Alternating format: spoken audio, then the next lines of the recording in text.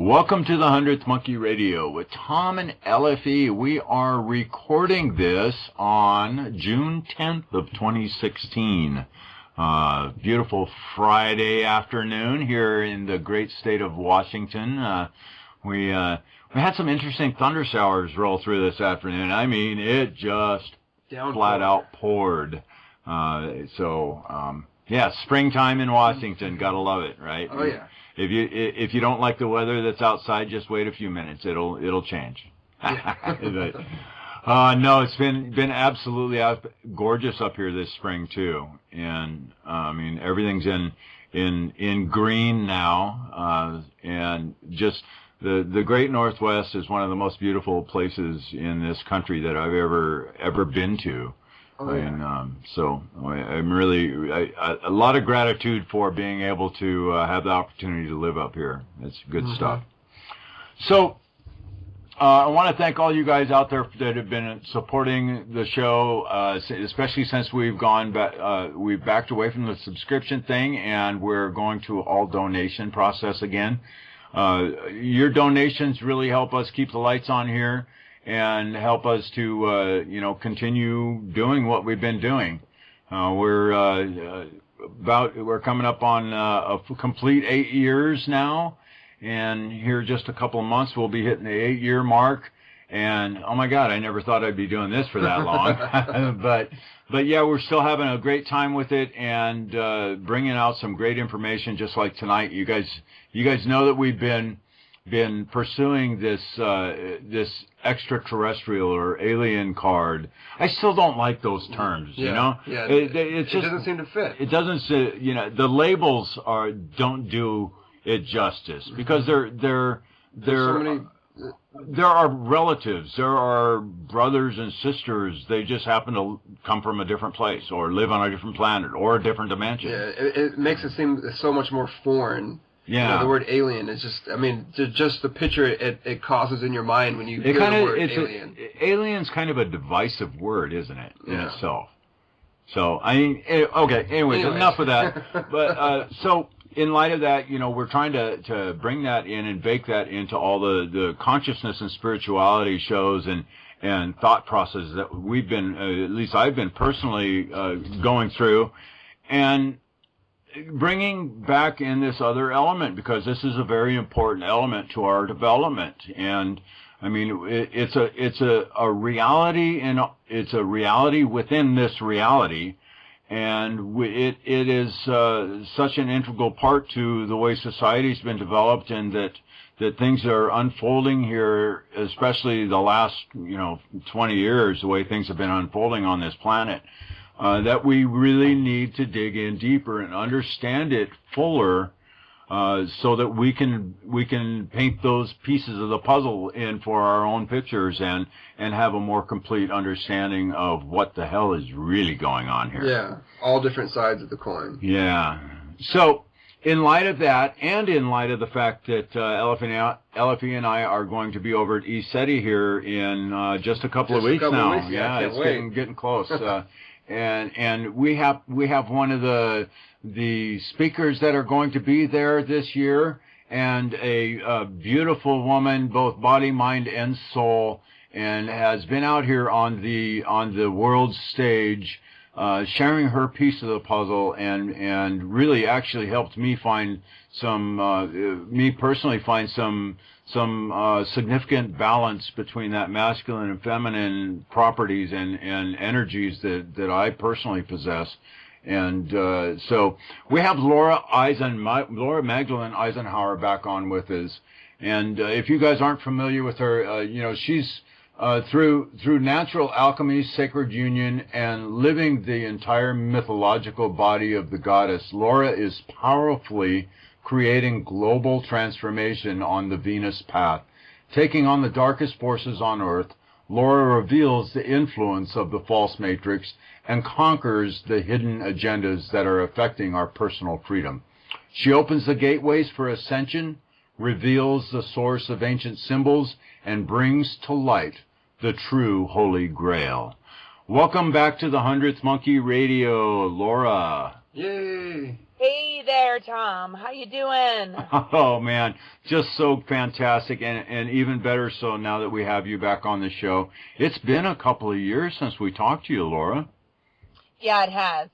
Yeah, nothing has changed. I still do what I do, and just hearing you read the bio, it's like, yep, this is what I do.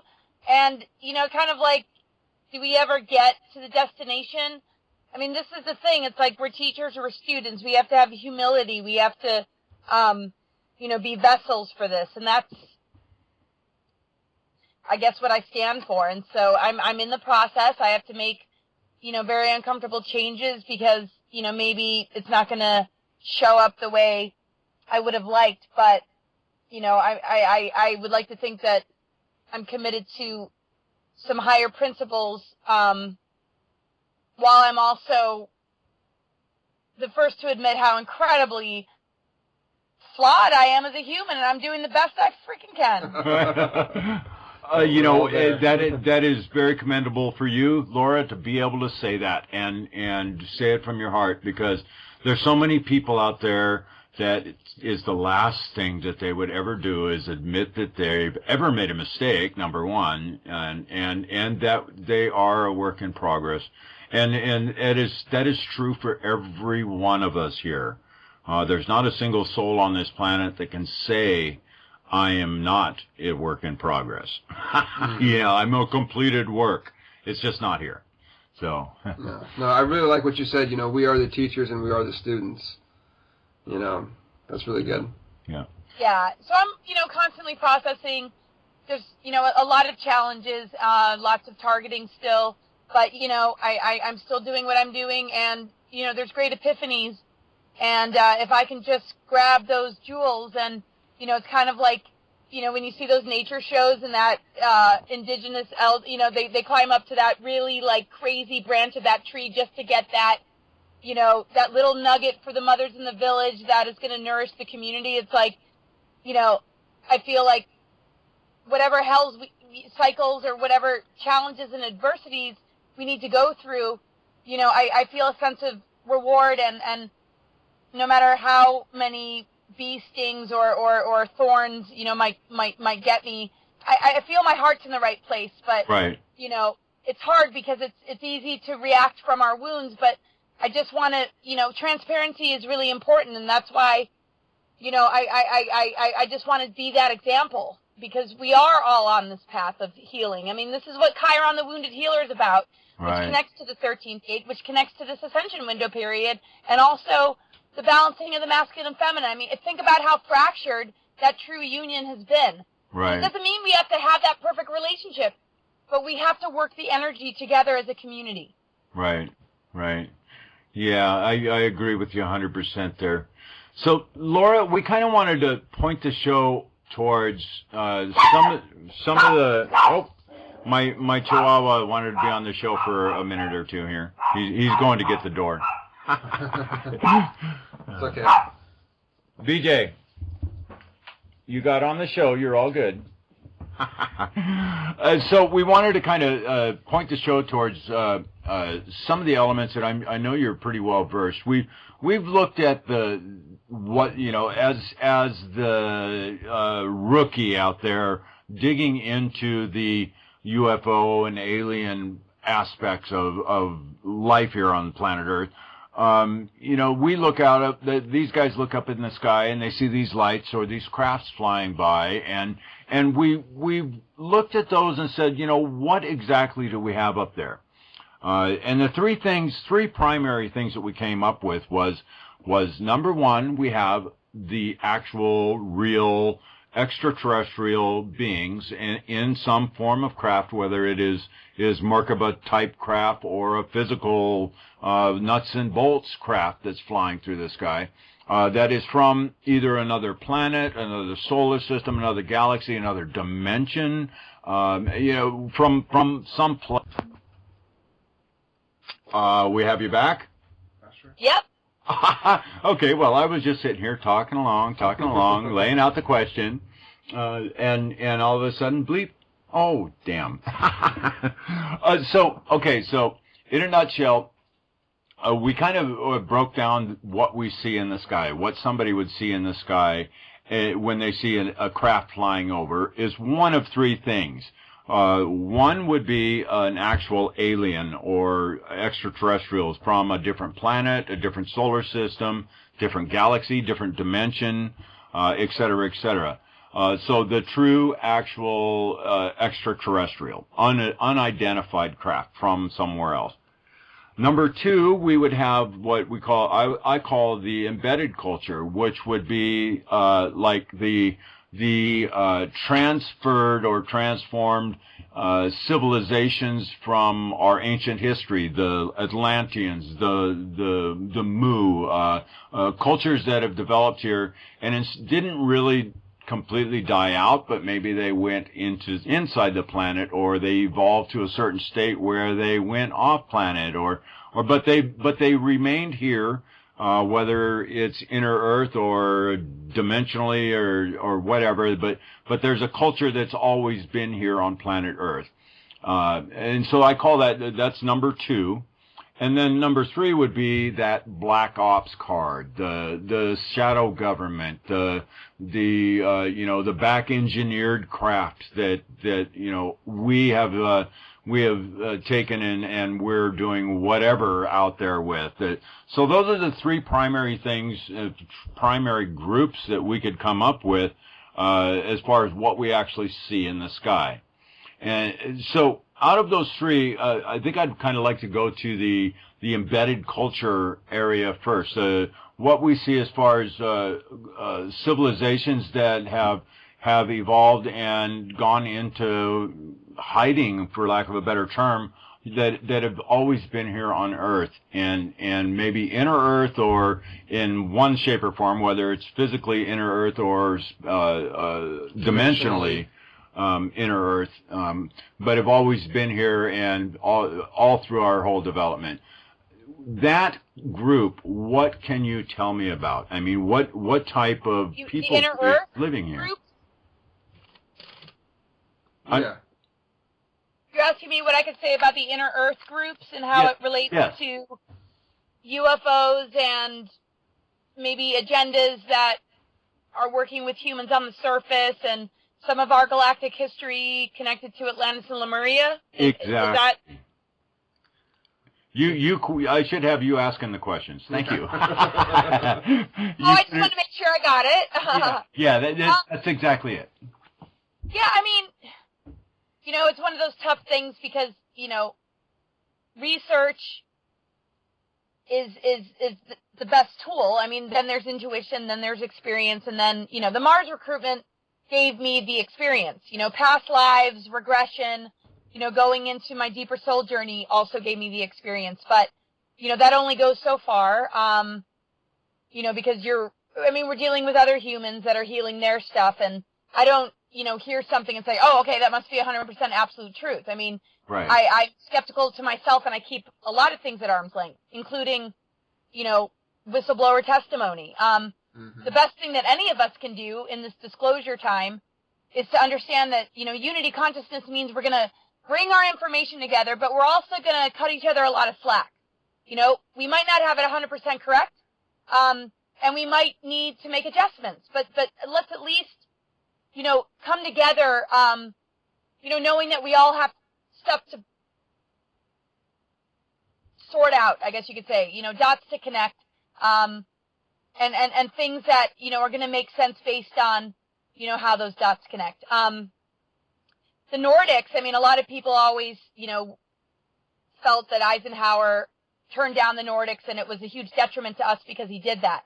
But if you look at the German secret societies and the collaborations with the Nordics aren't exactly out for our highest good. Right. There's a lot of kind of racism and, and that's a weird word. I'm not trying to say it in the same way maybe we experience it in this life experience.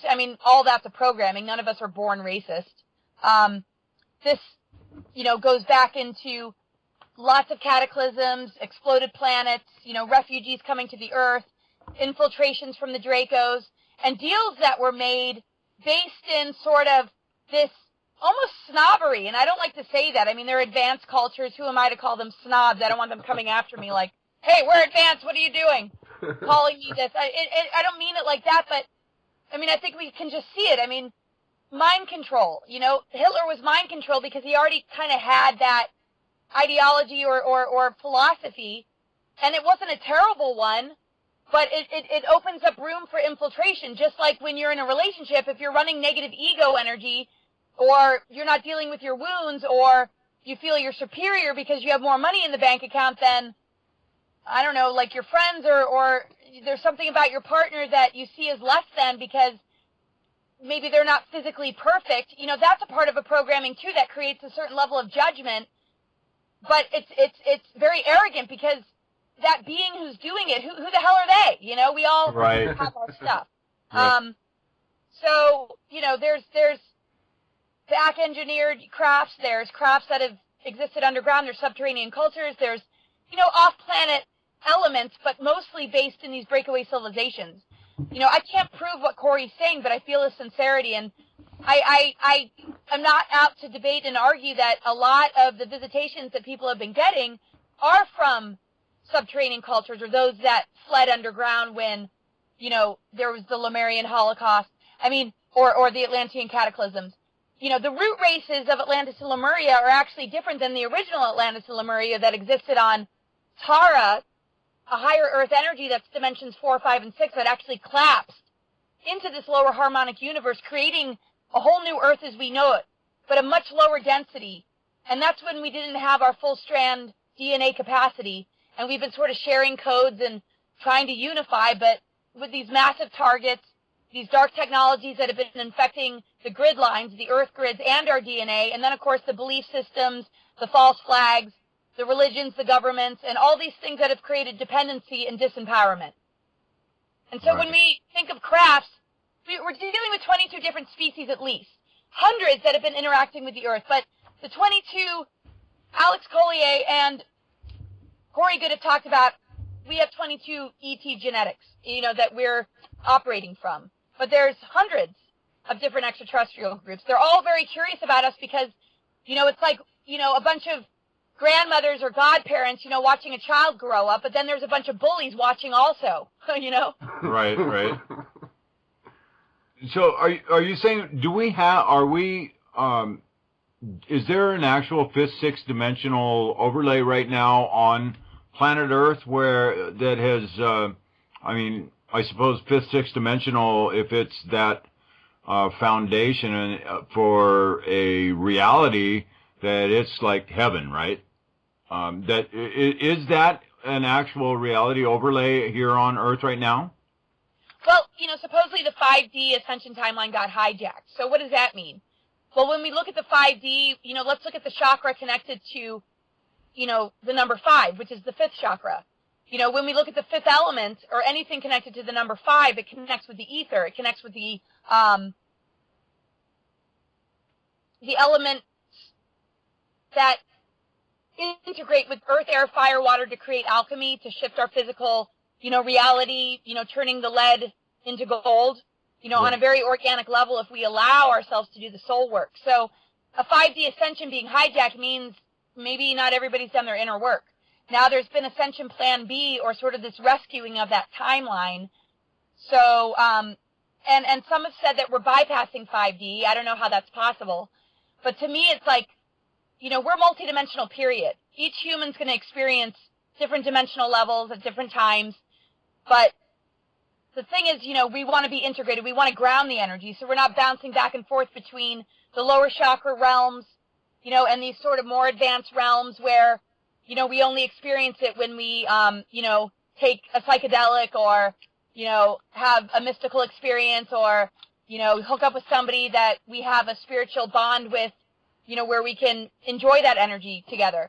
The whole idea is that we are willing to change our lifestyles and say goodbye to the things that don't serve us, so that our physical reality can reflect back to us these higher principles and our higher consciousness, which is actually what the Ascension is. Right. So 5D and 6D is absolutely a reality, and so is the 7D, but we got to move beyond the 7 and move into the galactic chakras, where the monadic integration, polarity integration, Heros Gamos, sacred union, and all that stuff comes in. And it doesn't mean it has to be an external partner, but it's, the ability to weave these worlds together and give birth to new expressions that allow, Christ consciousness or the nurturing energy of the goddess or the power of the goddess or the kundalini and unification of the two together, that neutral zone, that is also that serpentine energy that can help to raise the vibration of that sort of stuck reptilian consciousness that, compromised itself on purpose to maintain control. And the negative ego of humans have bought into it, and they don't realize how much they're enabling it. So for us to move into 5D 60, we have to change the nature of how we communicate, which is a fifth chakra thing.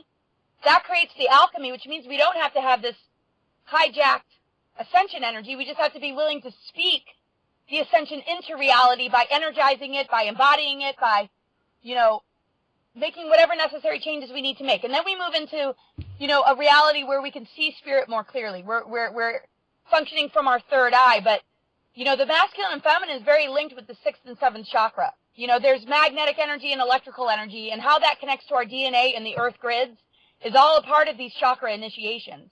So we are the shift, but we have to be willing to initiate. And of course, our culture does everything they can to sidetrack us or to make us feel like we're going crazy. That's why people go.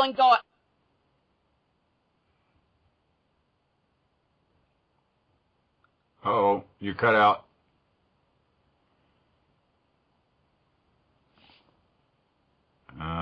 Laura, are you there?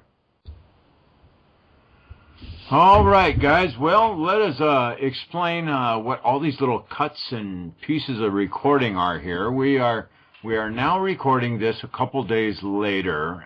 We had some connection issues when we first started to get this going, and we got two little segments in what you guys just listened to, and we decided we were going to just kind of pick up where we left off and finish out the show, because that first 20 minutes we got there was pretty good stuff. Yeah.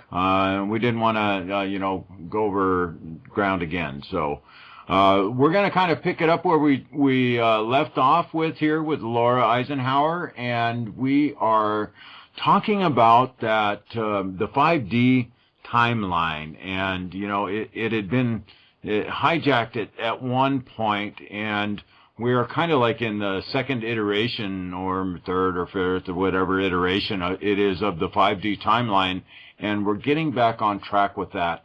So, Laura, we kind of like you to flesh out what that 5D timeline actually is. I mean, what does that look like for us, and where does that 5D timeline take us?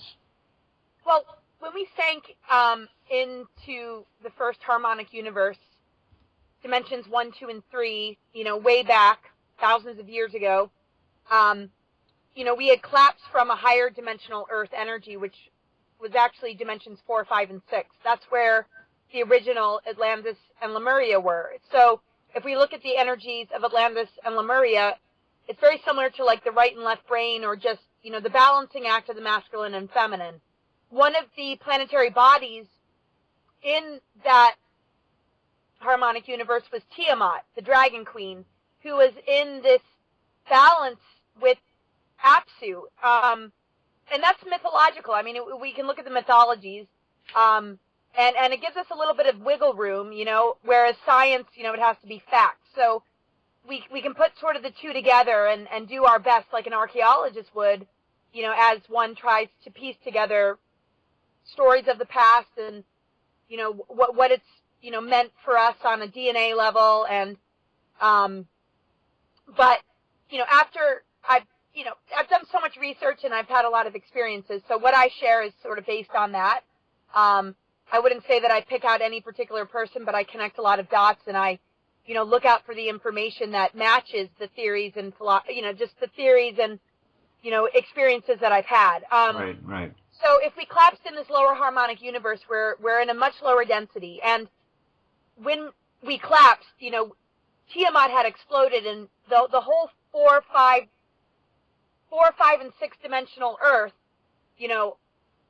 was compromised. And we've been rebuilding ever since. The 12 tribes got seeded, and we we're now dealing with root races when we came into this, new Earth kind of experience, and that's what we've been dealing with for thousands of years. And the root races of Atlantis, Lemuria, Hyperborea, Polaris, there's 7, but, those are the main ones that have a lot of impact on where we are today.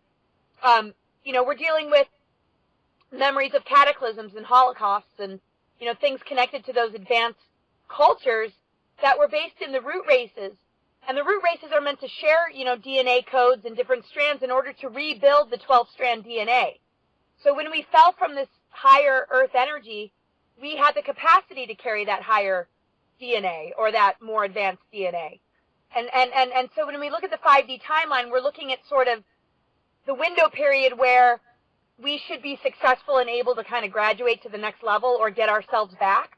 But the infiltration and manipulation has made it very difficult. So when we look at like the tree of knowledge, that's representative of, our DNA that has been somewhat dumbed down to give us the experiences of duality to restore the tree of life. But when we're dealing with Draco, reptilians, and, Luciferian factions of the Anunnaki, they see this as an opportunity to take advantage of our progress. Right. So we've been sort of trying to get ourselves back, but we've had this amnesia and all these life, death, rebirth cycles. And here we are today, and it's very difficult for us to see, what this ascension is about when there's New Age deceptions, religion, government, politics, and all these things that have been woven into our culture for thousands of years to make it very difficult for us to ascend and experience that. So the attempt of the hijacking has been around for thousands of years.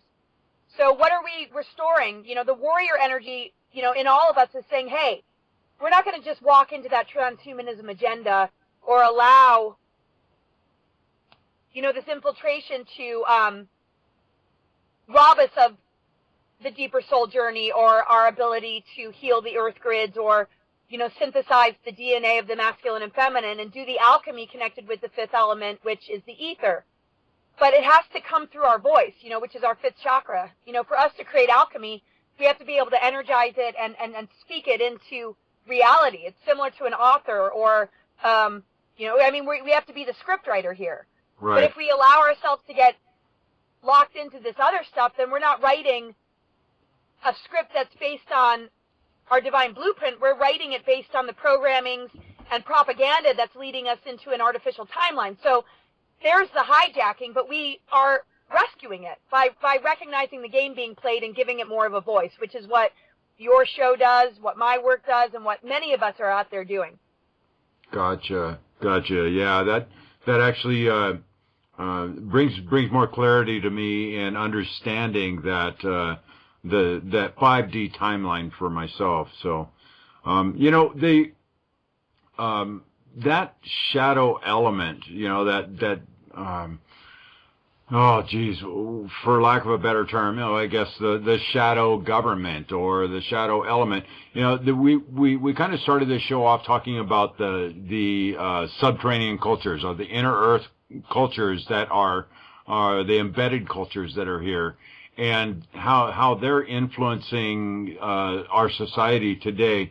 Can you talk a little bit about what those influences are, and or if that is the primary influence that is really, the ones that are pulling those shadow strings, so to say, the ones that are trying to derail things?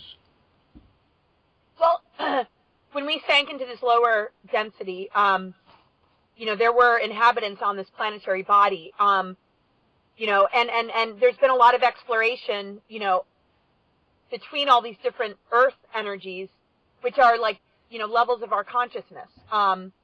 You can explore lower chakra energies from a higher awareness. So it's very similar in creation. We were meant to colonize. We're in a free will universe. We're meant to explore. We're meant to play with power. So it got to be a little bit crazy when the balance of the masculine and feminine started to lean towards the negative ego. That connects with, Lucifer rebellions. It connects to, using these, crystal generators inside the earth body and having it, go haywire because there's been, hybridization and infiltration to sort of steer people away from source so that there's more attention on the creator gods and those archetypes. So, and they all link to, different extraterrestrial races. When we look at the founder races or the guardians, and then the founder races that fell and digress, it tells those stories. And we hold those stories within our own chakra system, and we all carry different pieces of that story. So, we have many different seedings of the human race and many different, events that happened that drove, certain groups underground. Right. And those groups helped to rebuild civilizations after, almost everything got wiped out. So we've got that initial collapsing into harmonic universe 1, and then the root races and the cataclysms connected to the root races, and then we have the electrical wars, which almost destroyed everything. And so the Egyptian culture developed, and there was connection with these sort of councils in order to rebuild, but there was a lot going on underground. And so it's been confusing for people because there's been many that have posed as off-planet extraterrestrial when really they were advanced beings that went underground. And it depends who you are and what you're being informed about, but, when it comes down to where we are today, it's very confusing. And so Corey Good talks about this, how it's very hard to know, the reason they would say that they aren't underground is to protect themselves so that they don't get invaded or attacked, but because the sphere beings have come in and we're dealing with the guardian races and the return of races like the Aquafarians that were connected to Andromeda, to reconnect us to the 7 higher heavens, these higher beings and the subterranean cultures have to look at all of this and reconsider assisting the human race instead of all the sort of judgments and racism that's developed. And it's different racism than, what we've been dealing with on a human world stage level with, what color your skin is and what, right. Race you're from.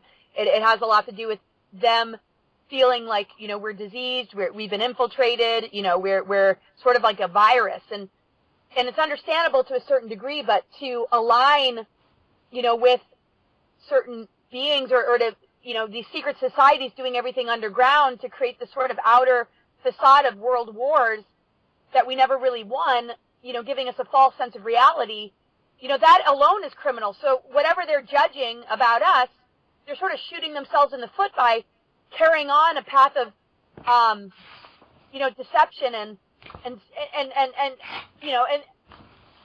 it really just depends on what faction, what group. We see the alignment with the Nordics and the Nazis. We also see the Draco reptilian invasion and how that's, gotten its hooks, into the secret space programs and into the American government with Project Paperclip, right. And also, negotiations that were made between Eisenhower, Truman, and the Nazis. It's not just these rumors about extraterrestrials. I mean, the treaties originated with Roosevelt and Churchill and Crowley and Hitler, but Right. we only hear the outer rumors, and it doesn't allow us to see these deeper layers. And so that's what I attempt to do, but it takes a lot because, there's disinfo, there's, Right. a lot of people think, oh, no, the Nordics Lots are good, of and he sword sold through. them out, Yeah. So do you find us in a Lucifer experiment right now? The Lucifer rebellion, is that what our society is now? Well, there's been quite a few rebellions, so I would say that the fabric of our culture is woven from those rebellions. We've got dark technologies that have been put within the earth to affect the earth grids, which in turn affects our DNA and makes it very difficult for us to complete the alchemy or merge the masculine and feminine. So we have to sort of push the envelope and work on those things in our own life to counteract, these assaults. So we've got things going on underground, something called the Nephilim reversal grid, which unplugs the masculine and feminine in our DNA. And then we've got chemtrails and the nanoparticles we're breathing in. So, there's been assaults for, thousands of years that have made us who we are today that are built upon things like the Lucifer rebellion. But it's not about the entity we need to look at. We need to look at our own negative ego and attachment to false light and see where we've bought into it so that we can redeem Lucifer and create a transformation that, brings us into the embodiment of the harmony with the masculine and feminine where, it's more of a dance than a power struggle, because the power struggle, births the negative ego, which is a Luciferian archetype, but it's not about the entity anymore. It's about the choices that humans are making, and it's about us doing the inner work to heal, these archetypal imbalances. When we awaken that divine blueprint and we live in accordance to it, we bring in a miracle energy, we bring in the Christ consciousness, and we begin to, shift reality. We begin to assist the expansion of our consciousness, which allows us to experience Earth on a much higher plane, a higher Earth, an ascended Earth. But it's not like Ascension where we float away. It's a very grounded experience because it's seated within the planetary body that we would be able to experience this right now. Right. And that's why there's been so much targeting on this particular window period, the 2012 window period.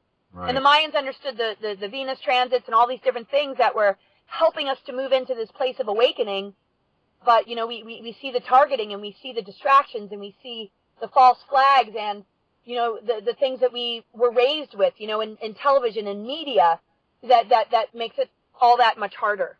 Yeah, don't look at the man behind the curtain, right?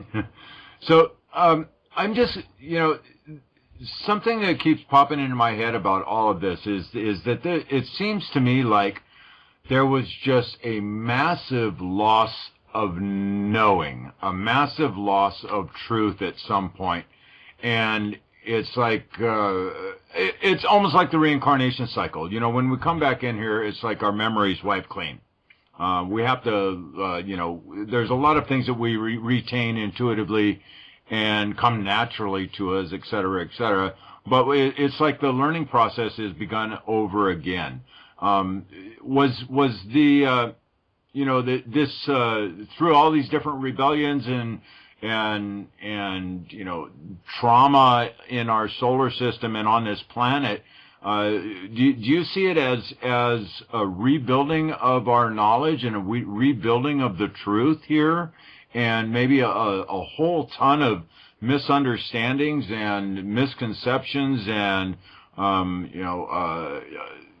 misinterpretation of truth that is creating the majority of the problems here?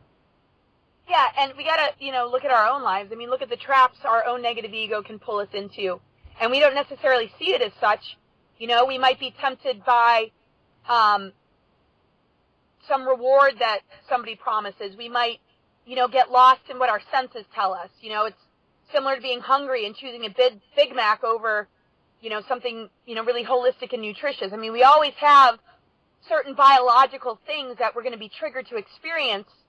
But then we have free will, and what are we going to choose, And there's a lot of falseness connected to some of those choices that reel us in or tempt us.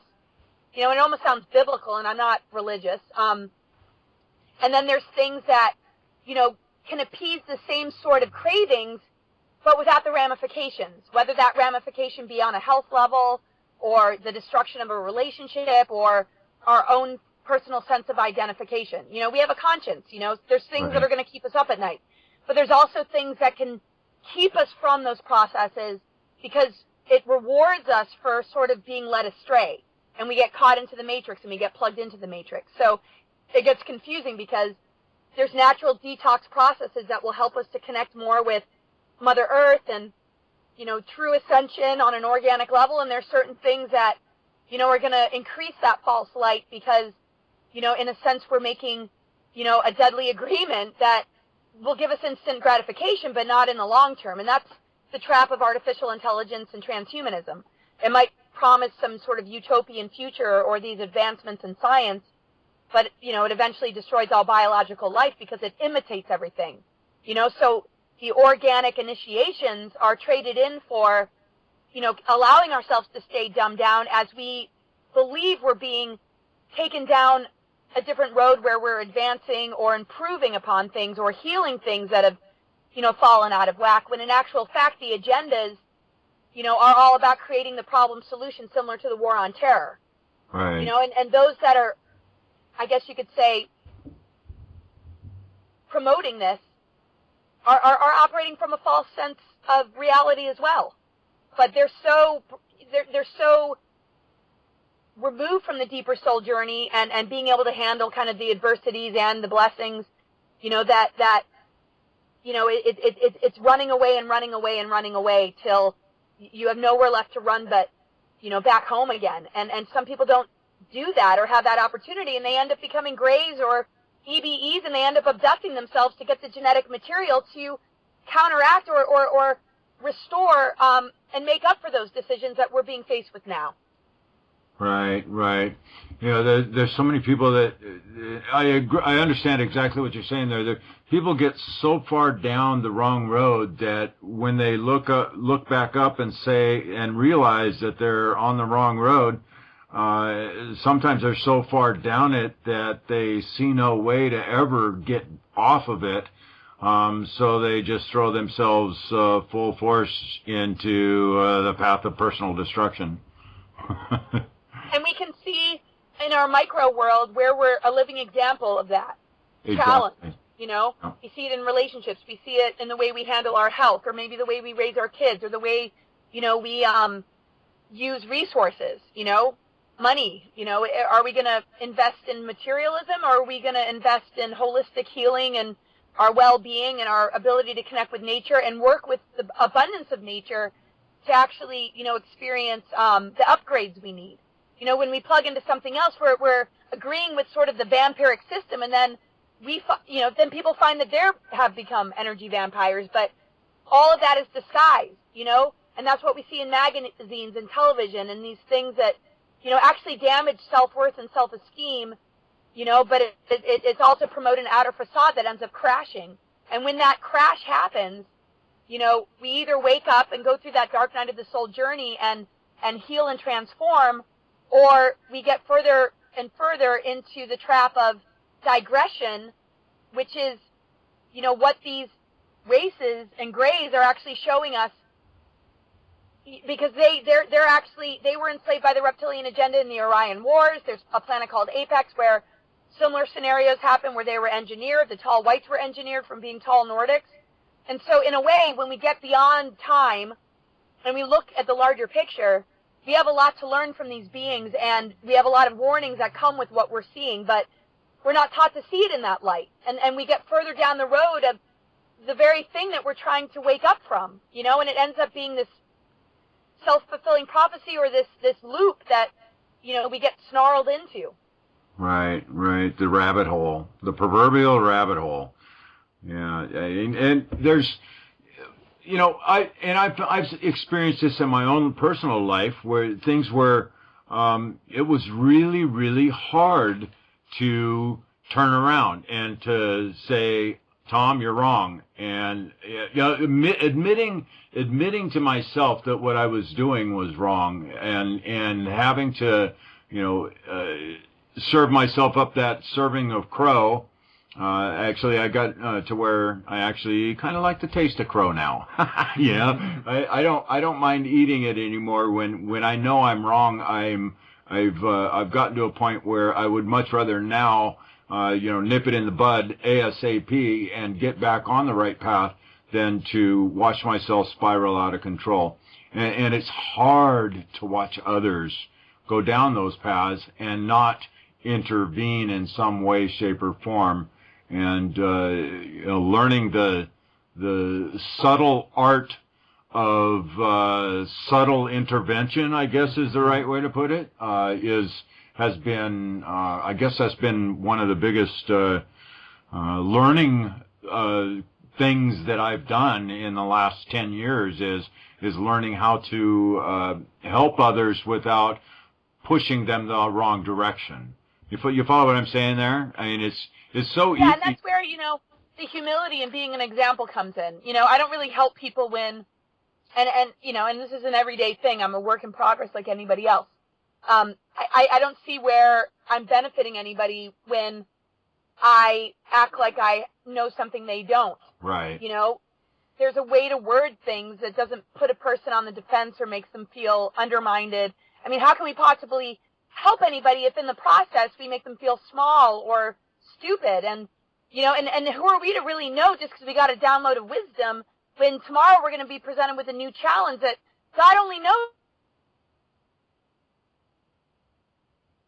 Oop. Did you drop out? Still there? God only knows. Are you still there? Okay, God only knows something. God only knows. knows. God only knows. Oh, that was. Come on, God, give us something. That was hilarious. I mean, I guess since God only knows, we're not supposed to tell anybody what God knows. Oh, so we were talking about, you were mentioning how, you can't really get across anything to people if you're making them look small and all that stuff. And then you went, God only knows, and then boom, dropped off. Yeah, God only knows that, we're going to be faced with something that makes us, feel vulnerable and like we need a hand to hold or, wisdom without us feeling belittled for having a tough time. Right. I'm having a tough time, and I've always kind of had a tough time, but now I'm really kind of, and there's a difference between those that are really being supportive and helpful and those that are kind of leveraging it to kind of, stomp on me. And I have to make a choice, like, okay, I can work with this and actually use it as a tool, Right. To pull myself out of this rut, without creating a judgment in return and stooping to that level. You know what I mean? Right. Right. Absolutely.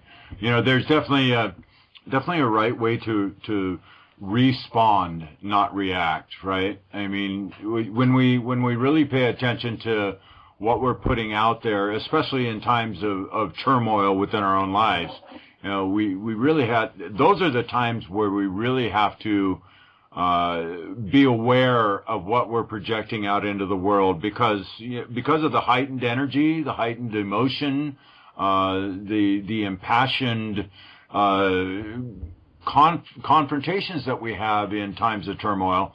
It's if we're out there just reacting and throwing whatever out there from whatever emotion comes, that stuff always comes back to you in whatever it is.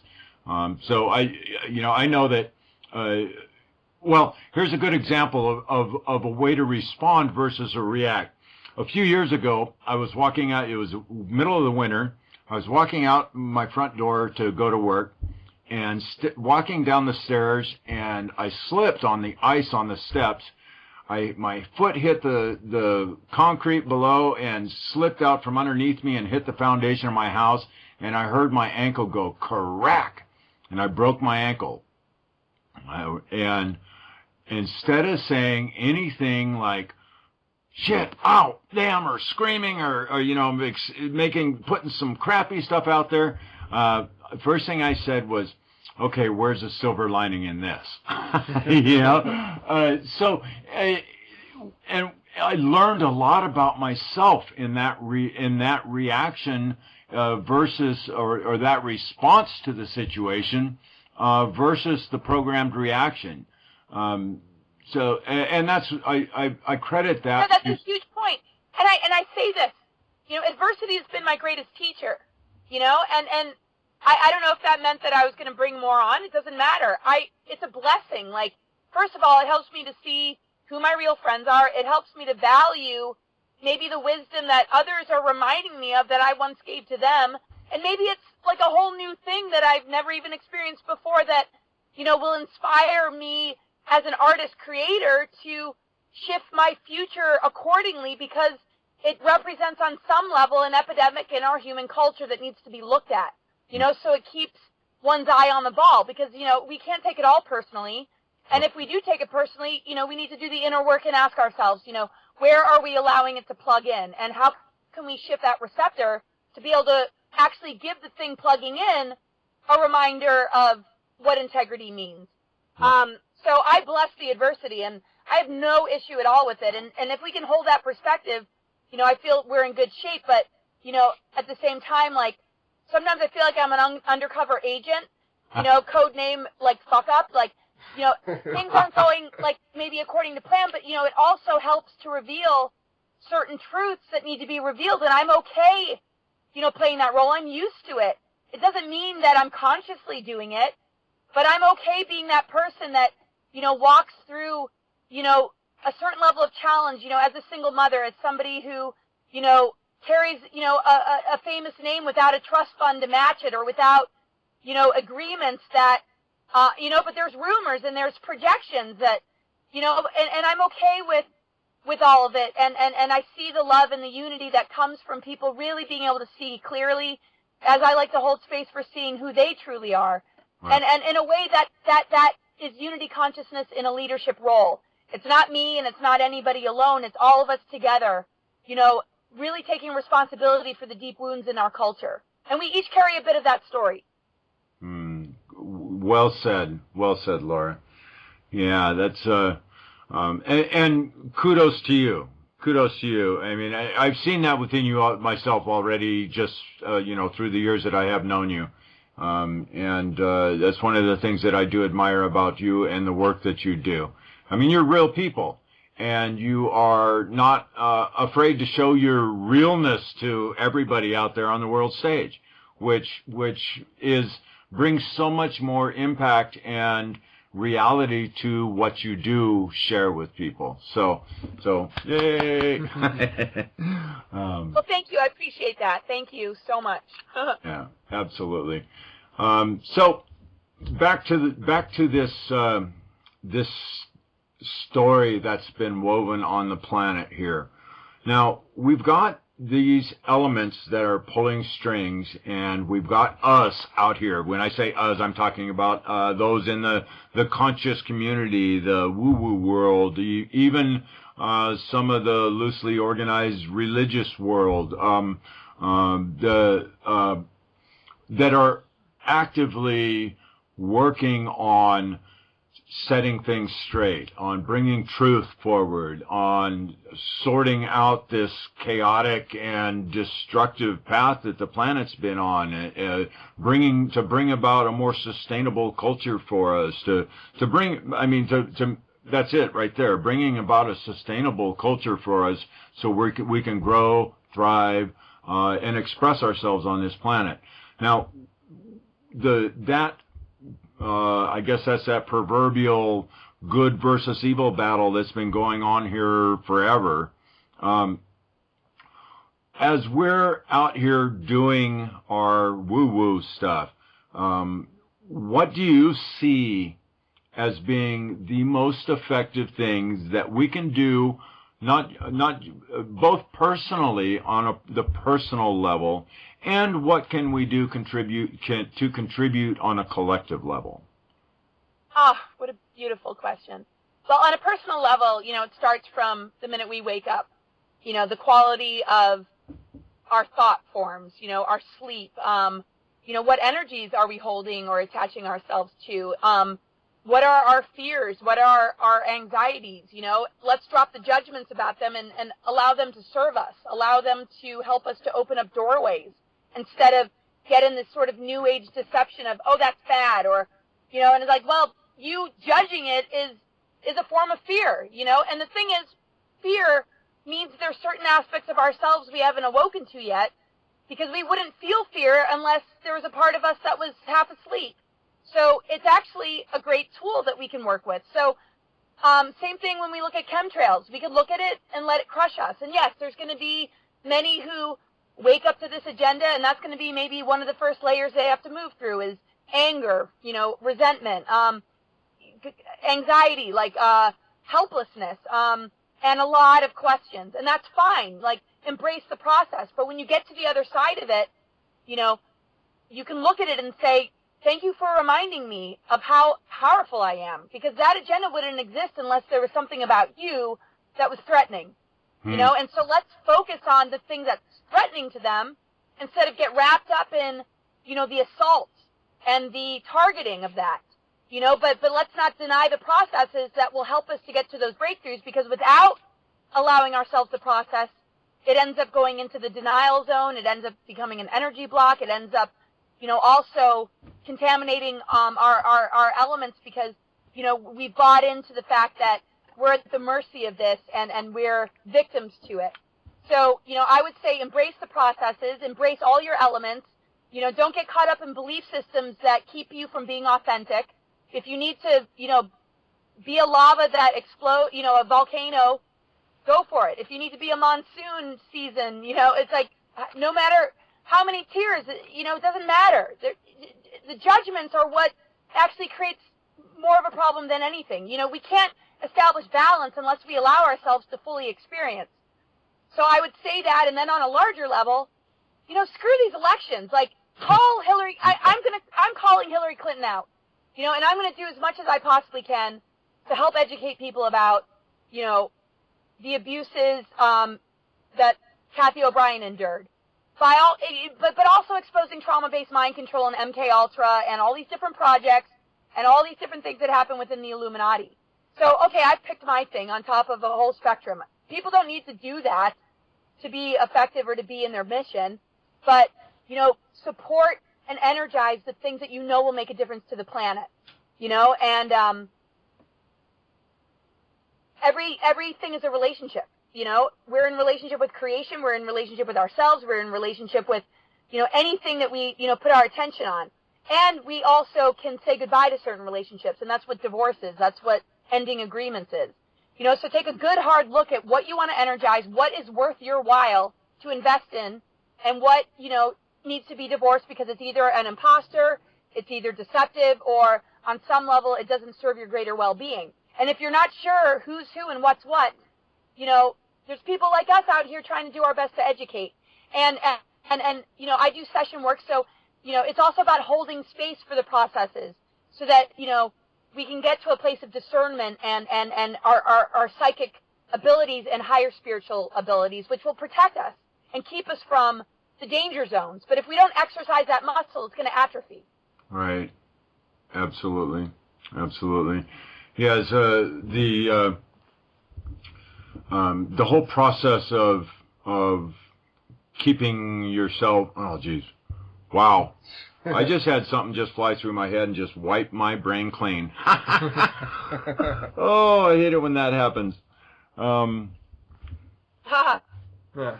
So getting back, you know, talking about the shadow government and that kind of stuff. I'm curious on if you can kind of go over your experience with this shadow government, you know, in terms of the UFO, you know, alien deception act on their part.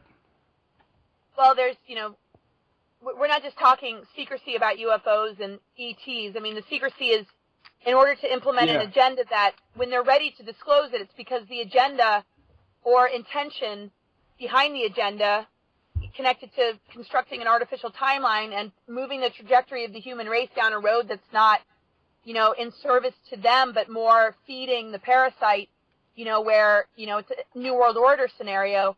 I mean, this is why there's been secrecy, because they're waiting for it to get to that point where they can talk about it and not lose their grip on what the purpose of this agenda has been.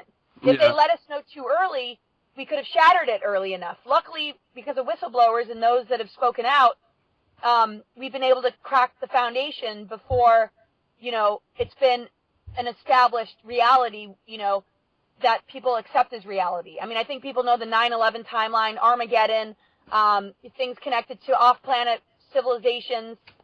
You know, people are having more exposure to the reality that they're breakaway civilizations, that they're hoarding technology and keeping us from, you know, being able to feed the hungry, being able to get the supplies to those in need, because, you know, it's all going to this off-planet stuff and the condos that are being bought and, you know, rescuing themselves at the cost of humanity, you know, who have been fed on and manipulated and lied to.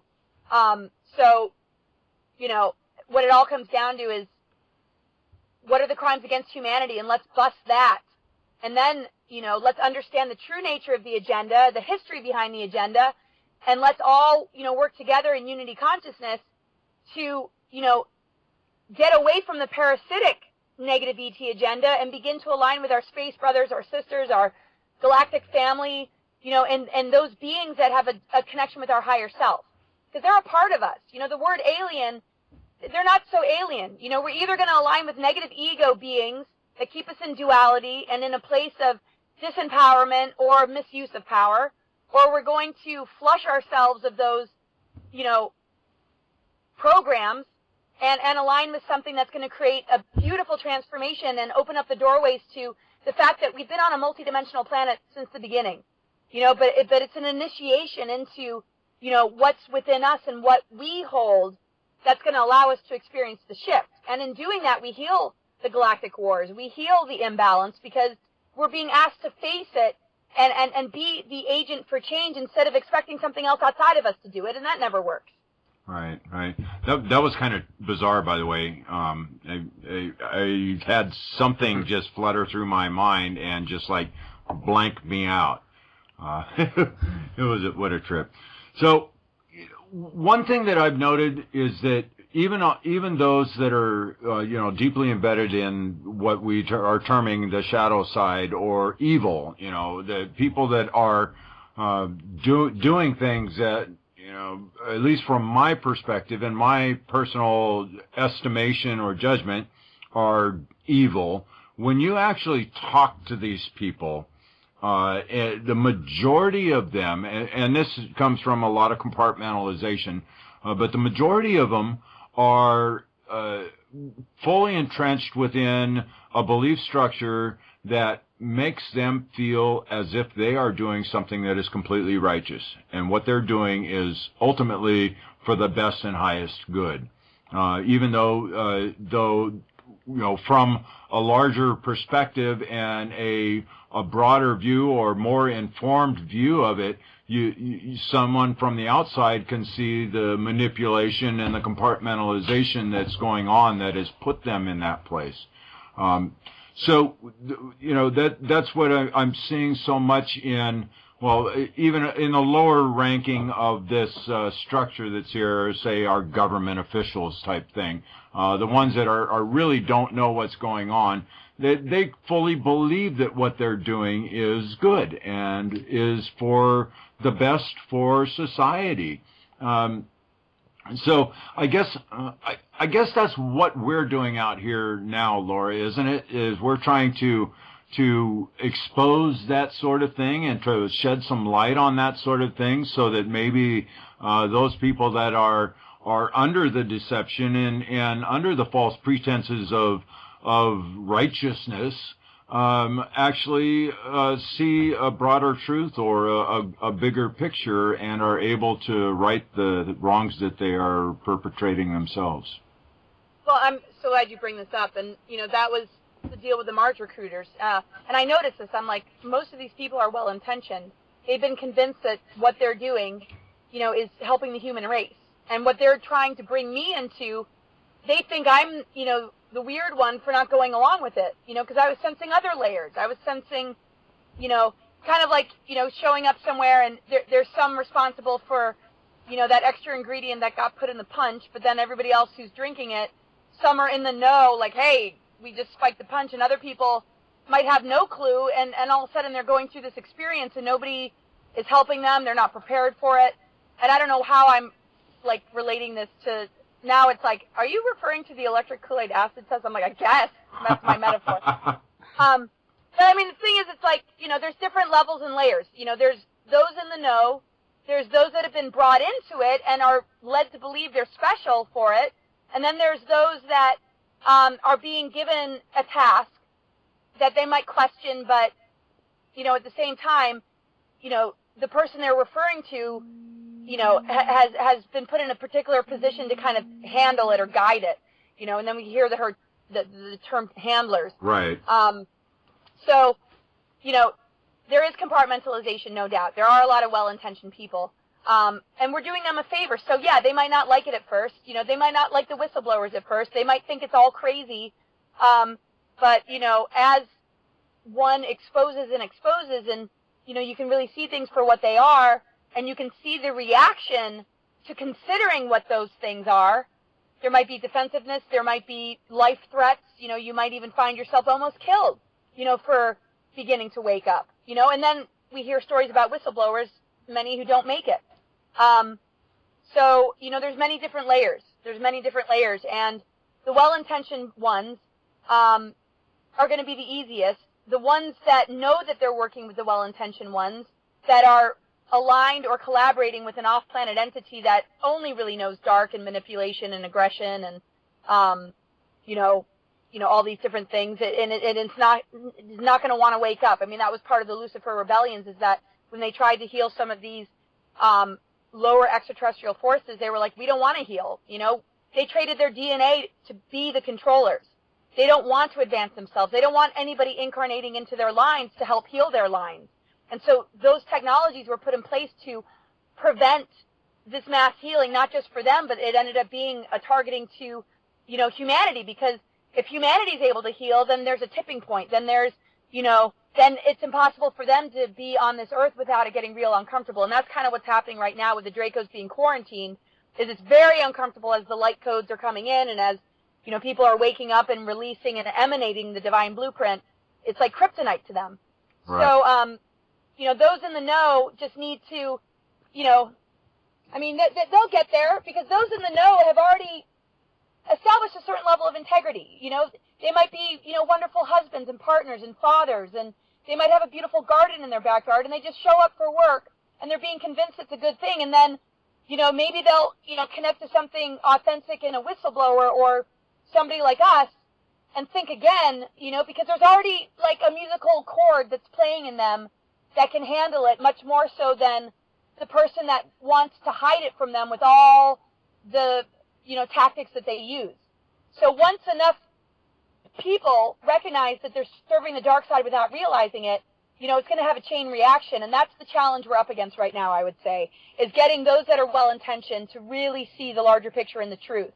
And I think we're doing pretty darn good because, I'm grateful for being in the position I'm in, and I think people think, God, she must be ostracized, her family must hate her, she must, and it's like, no, in actual fact, I get more respect and appreciation than ever. I think they're just glad I'm doing it because it means they don't have to. Right. Yeah, I agree with you 100%. I'm very optimistic about our future. I see it. I've been doing the radio show now for 8 years, and through that 8 years, I have watched a shifting of the collective consciousness and a raising of the conscious baseline of all of humanity in just remarkable ways.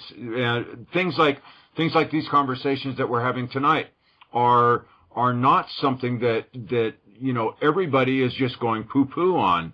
Where 20 years ago, this would have been like the last thing anybody listened to. It's like, oh my God, those guys are really out there, But now people are actually listening, and they're listening with more, I won't say a completely open mind, but they're suspending that shadow of doubt just a little bit more, and we're actually able to get some stuff across and get people to ponder things, to think about things, think about themselves and what they're doing in their own lives. Oh my God, look at the organic food movement. Just the way that's shifted in the last 10 years. 10 years ago, organic, isn't everything organic? Now we know different. Things have been exposed from people like you, Laura, and like so many others out there that are shedding light on what's going on. So yes, I'm extremely optimistic about our future, and these next couple of years I think are going to be very dynamic on this planet. What are your feelings about what we've got coming up in the next couple of years? Well, I love everything you said, and it's really important that we don't create the very thing that we're trying to heal, where we are in this sort of us against them, or even saying somebody's a sheeple. There's the projection to those that aren't awake, and then there's, a dismissal of those that might have been serving the dark side without realizing it, because one doesn't consider, either the abuse they've been under, or just the programming they've been under, or just the fact that, they were raised in a culture and they were a little bit more susceptible than we are, and they fell for it and we didn't. But, we need to be the example of unconditional love and forgiveness. It doesn't excuse anything, but it helps to pull out the splinters, and it helps to create a detox so that, the real enemy, is standing naked on its own, instead of, all the things it's infected that we're not touching because, we've become, lost in the battle. So, holding that space of love and forgiveness, will bring out the best in people. It creates better conversations. It creates, also a mutual respect, and a way to combine intelligence. So what I see happening is, that this will continue, and people will be pushed to the edge because their soul's going to cry out. This is why I love the background I have. It was wilderness expedition leadership. The power of the human spirit. You're not going to let yourself die no matter how many things are threatening your life. And you're not going to see your life being threatened if you're so busy enjoying the beauty around you that whatever threats there are aren't really an issue. They're only a threat, when you start to go into that survival chakra or you start to lose sense of, your magical nature and how interconnected you are to everything. And when you recognize that interconnection, you can shift things or you can, create harmony with things, even if it's a poisonous creature. So, it's the same thing with our physical symptoms. If we create a belief that it's foreign to us or we're afflicted with something, then we're going to take something that doesn't cure it, but it just appeases it or it shuts it up. And we need to engage in it and be in relationship with it and work with it as the messenger because it has something to teach us. So I think people are really going to start to feel, that, wow, I'm the healer here. I'm the empowered, politician of my world or priestess or priest. And life is the greatest teacher, and it's going to show us where we're deficient and where we might be excessive, and we've got everything we need to give us, the indication of where we need to create the change. And then our vibration emanates out to the whole. It activates, it inspires, and it, is much more about being the example instead of the preacher, because the preacher doesn't always. They might say great things, but we see what happens behind the scenes with some people that are put on a pedestal. They can be the biggest criminals or the most wounded of all. But they've gotten lost in the projection that other people cast on them because the people don't want to take responsibility. So I see that people are going to take more of a leadership role. They're going to recognize, that it's up to us and we each hold a divine purpose to step up to the plate and we can unify, with that mutual support and understanding and move mountains. It's similar to the immune system. It's always going to be there, but if we trash ourselves, it's not going to exactly work on our behalf. But if we say, I'm ready to heal, I'm ready to change my habits and my belief systems and the food I eat, all. Oh, lost her again. We'll be right back with her.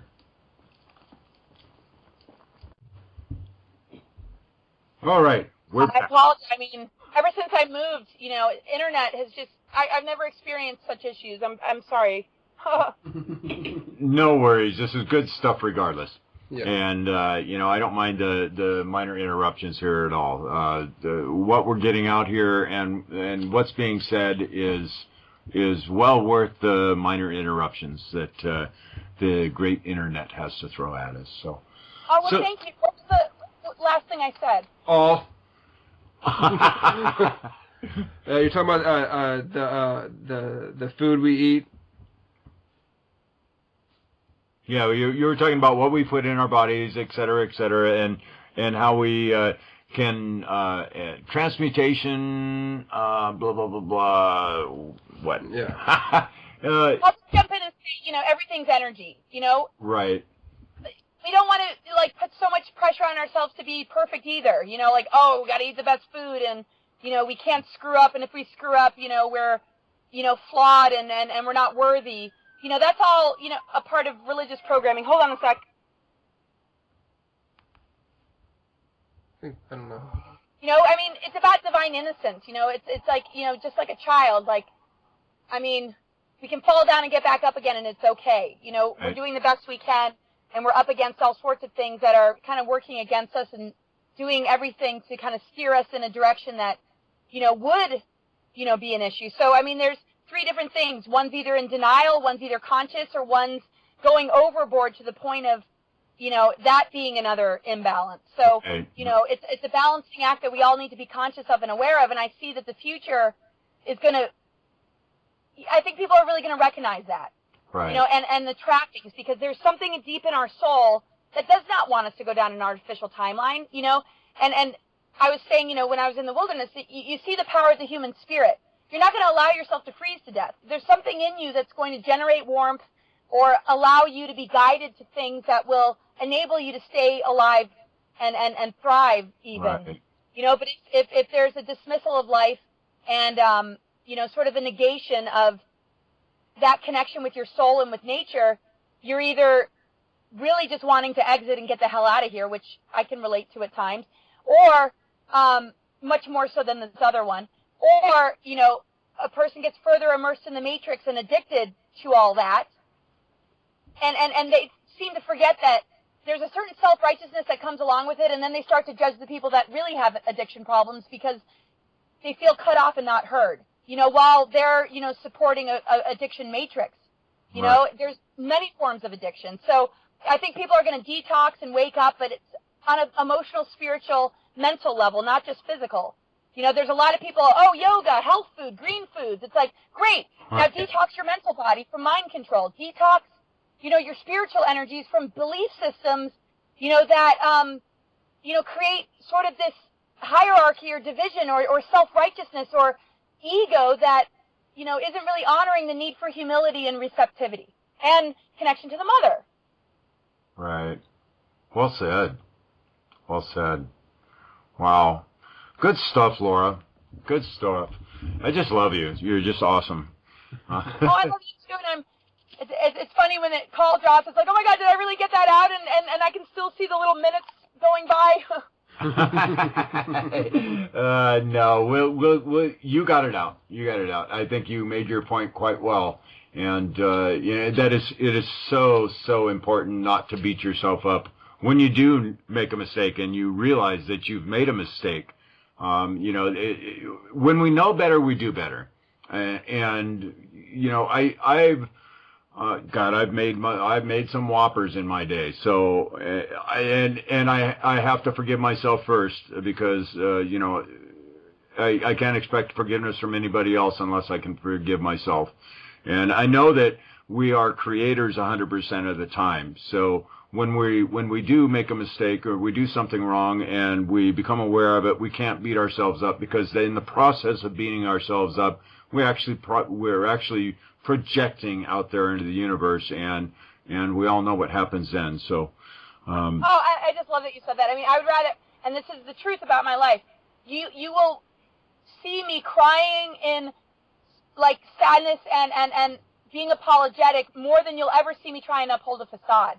If I feel I screwed up and I hurt somebody, I'll do everything I can, but I also, you know, have to honor, you know, my boundaries and, you know, the journey I'm on. But, you know, it's okay, you know, to admit to these flaws a lot more than upholding a facade and fooling people, because eventually it'll catch up. Exactly. So, Laura, we know you're going to be at ECETI here in a couple of weeks. What else have you got lined up for this summer? Well, there's an online conference. I believe it's the 18th and 19th, which is next weekend.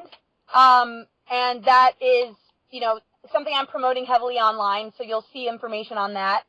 And that's hosted by Sid Goldberg. You know, there's Lindsay, Lori McDonald, and Adam Ford, and I just don't know how to say Lindsay's last name, and she's a really good friend, and I just hope I haven't offended her. So look on the poster so I don't get into trouble. And you'll see that, you know, the different speakers. And I'll be in Yelm, Washington, at the Triad Theater, the following weekend at the end of June. And that's going to be awesome. I'll be doing sessions. We got a study at the, you know, coming up, and that's partly, you know, this is why I'm on the show. And I have a birthday retreat at a study, September 29th weekend. And I'm just going to keep, you know, sharing, you know, when these events are. I don't have them all memorized, but there's a lot of good stuff coming, but I'll make sure that, you know, it gets out there. I've got a newsletter that you can subscribe to, $3 to $10 a month. You'll get my latest interviews. I'm also going to be interviewing people, and you'll get, you know, a lot of goodies. And it's, you know, it doesn't cost anything to subscribe, but there'll also be a free portion where you'll get info on the events. And then there's, you know, deals and packages for readings that you'll see as well. And I'll be posting a lot of that on Facebook, which I've been doing. Fantastic. Well, we will see you in a couple of weeks over at ECETI. And for everybody out there listening, your website is which one is your primary right website? Now, it should be LauraEisenhower.com soon, which is easy. But until then, it's CosmicGaiaSophia.com. And at ECETI, I'll be talking about, you know, timelines, stargates, DNA, Earth grids, and how to really engage the ascension process and be a real agent of change, you know, and to really recognize your divine purpose. So I'm really excited, and I appreciate you having me on, and I really cannot wait to see you. You're awesome, and thank you, you know, to your crew as well. All right, fantastic. Okay, guys, we will talk to you guys in the next show, and if you're going to make it over to ECETI, then we'll see you there. You'll see both Elif and I over there and having a good time and enjoying all the speakers. So until next time, condemnation without investigation is the height of ignorance.